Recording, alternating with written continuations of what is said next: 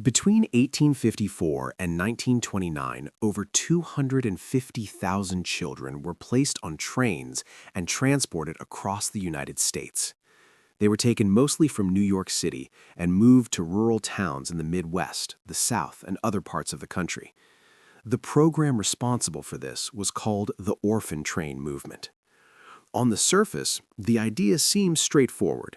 Cities were overcrowded, poverty was growing, children were suffering. And this program, at least officially, was designed to give them a better life by placing them with families in less crowded, more stable environments. That is the simple version. But the simple version leaves out several details that are difficult to explain away. When you begin to look more carefully at who these children actually were, the picture starts to shift. The word orphan suggests children with no living parents, but the historical record tells a different story. A notable number of the children sent on these trains still had at least one living parent. Some came from immigrant families who were struggling with poverty, illness, or the difficulty of adjusting to life in a new country. This raises a question that the official explanation does not clearly answer. If these children had parents, why were they being permanently relocated?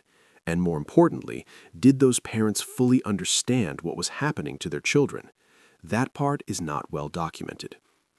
But this is where it becomes unclear. For a program that operated for 75 years and moved 250,000 children across dozens of states, the surviving records are surprisingly incomplete.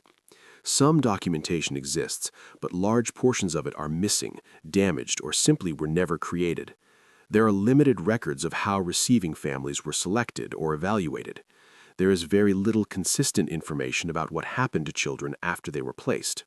Follow-up visits were supposed to occur, but evidence of those visits is thin in many regions. A program of this scale, running for this long, should have left a much clearer paper trail. The fact that it did not is something researchers have noted with concern. And this is where the explanation becomes difficult, because when you combine the loose definition of orphan, the gaps in documentation, and the lack of clear oversight, the program begins to look more complicated than a simple rescue effort. Was it genuinely designed to help children? Perhaps. Was it also shaped by other motivations, social, economic, or otherwise? That is harder to answer. The investigation into what this program truly was and what it meant for the children involved is far from over. This is only where it begins. To understand why this program existed, you have to look at New York City in the mid-1800s. The city was changing rapidly. Immigration from Europe had increased sharply, and thousands of families were arriving with very little money and nowhere stable to go. Poverty spread quickly through crowded neighborhoods. And in the middle of all of this were children, many of them living on the streets with no school, no shelter, and no consistent care. They begged, they stole, they slept in doorways and alleyways. By most accounts, the situation was genuinely difficult, and city officials had no clear plan for addressing it. That is the background against which Charles Loring Brace founded the Children's Aid Society in 1853. His argument was simple. The city could not fix itself from the inside.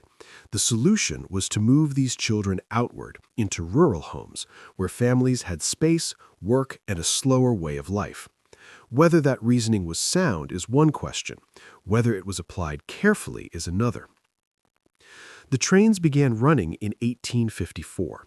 Children were grouped together and transported to towns across the Midwest, the South, and other rural areas. At each stop, an agent would announce the arrival. Local families would gather, and then the children would be presented. This is where the process becomes harder to evaluate clearly. The children were lined up in public spaces, town halls, church steps, train platforms, and community members would walk along and choose. Infants and young children were selected quickly. Older children, particularly teenagers, were often left waiting. Some were not chosen at all. At first, this seems like an organized placement system, but there is a problem. The word placement implies a careful, evaluated process. What is described in many accounts looks considerably less structured than that. And this is where the explanation becomes difficult. The Children's Aid Society consistently described the program as humanitarian work. Agents were supposed to screen families before children were placed. Guidelines existed on paper, but the actual process at many stops did not always reflect those guidelines. Families were not always interviewed in depth. Children were not always told where they were going or why. The gap between the official description and the lived experience reported by many children is notable. Some of those children, later in life, described the selection process as confusing and unsettling. Others had more positive memories. The accounts do not align into one clear picture, and that inconsistency raises a question that the official explanation does not fully resolve. What was this process actually designed to prioritize? The answer remains unclear. The Children's Aid Society did not operate alone for long. As the program grew through the latter half of the 1800s, other organizations began participating. One of the most significant was the New York Foundling Hospital, run by Catholic nuns, which started sending children westward in the 1870s. By the early 1900s, several agencies were involved in the movement, each operating with its own procedures, its own standards, and its own approach to documentation. This expansion might seem like a sign of a growing, organized system, but there is a problem. More organizations did not mean more consistency. It meant more variation in how children were selected, how families were evaluated, and how records were kept. What one agency documented carefully, another may have recorded loosely or not at all. The result is a historical record that is uneven in ways that are difficult to fully explain. One of the most important distinctions within the program was how children were actually placed. Some were formally adopted, meaning a legal process was followed and the child became part of the family by official record. But many others were placed under indenture agreements, arrangements where the child was expected to work in exchange for housing and food. These were two very different situations. Adoption offered permanence and legal protection. Indenture offered neither. And this is where it becomes unclear. The line between these two types of placement was not always made obvious, and in many documented cases it was never explained to the child at all. A child could believe they had found a family, when the arrangement on paper was something considerably more conditional. Follow-up visits were built into the system, at least in theory.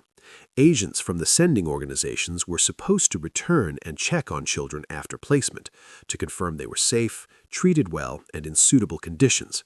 But the records of these visits tell an incomplete story. In certain states and regions, documentation of follow-up is sparse.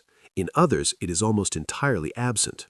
For a program running across dozens of states over several decades, that absence is difficult to account for. And then there are the children who were moved more than once, placed with one family, then transferred to another, and sometimes to a third. Each move represented a disruption, and with each move, the paper trail became thinner. What happened to these children specifically, where they ended up, how they were treated, whether anyone continued monitoring their welfare, those questions do not have consistent answers. The records that should exist, in many cases, simply do not. For most of the 20th century, the Orphan Train Movement was not studied in great depth. It was referenced occasionally in historical accounts, described generally as a humanitarian program from a difficult era, and largely left at that. But when researchers began examining it more carefully in the 1970s, 1980s, and beyond, interviewing surviving riders, cross-referencing records, and analyzing placement data, something began to surface.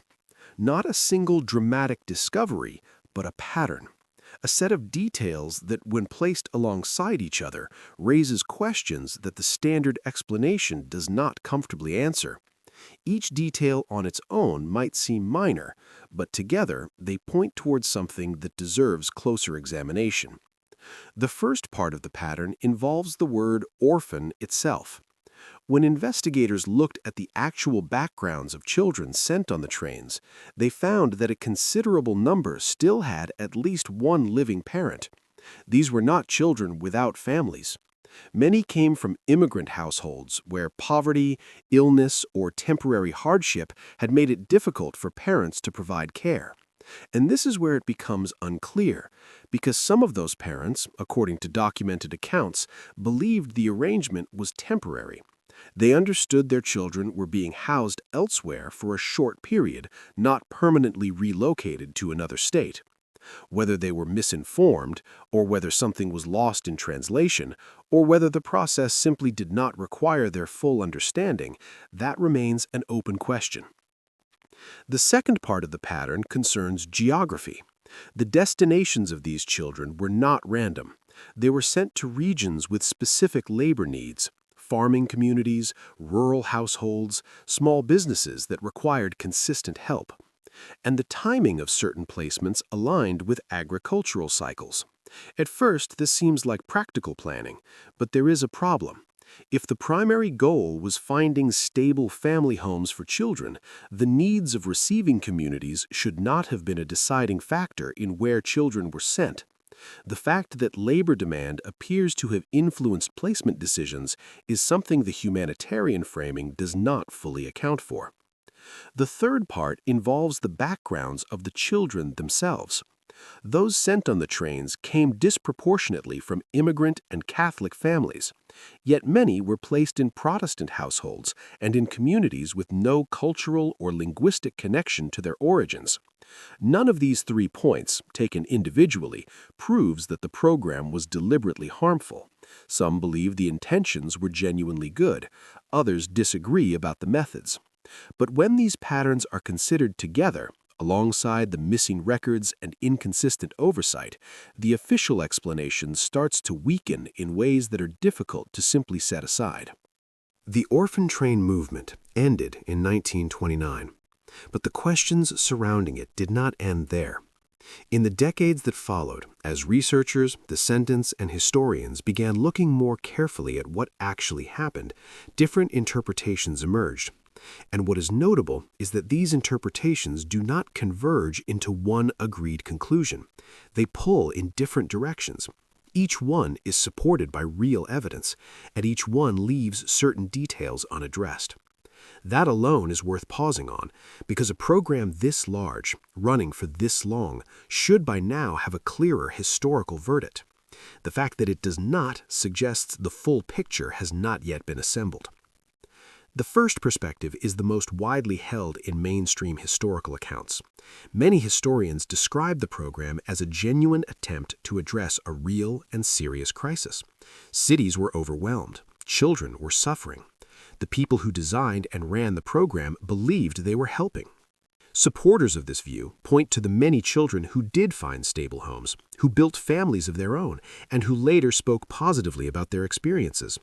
They acknowledge that mistakes were made and that oversight was often insufficient, but they frame these as the limitations of the era rather than signs of deliberate wrongdoing. At first, this explanation seems reasonable, but there is a problem. It does not account for the patterns that researchers have identified in placement decisions, in the loose use of the word orphan, or in the labor arrangements that many children were placed into without clear explanation.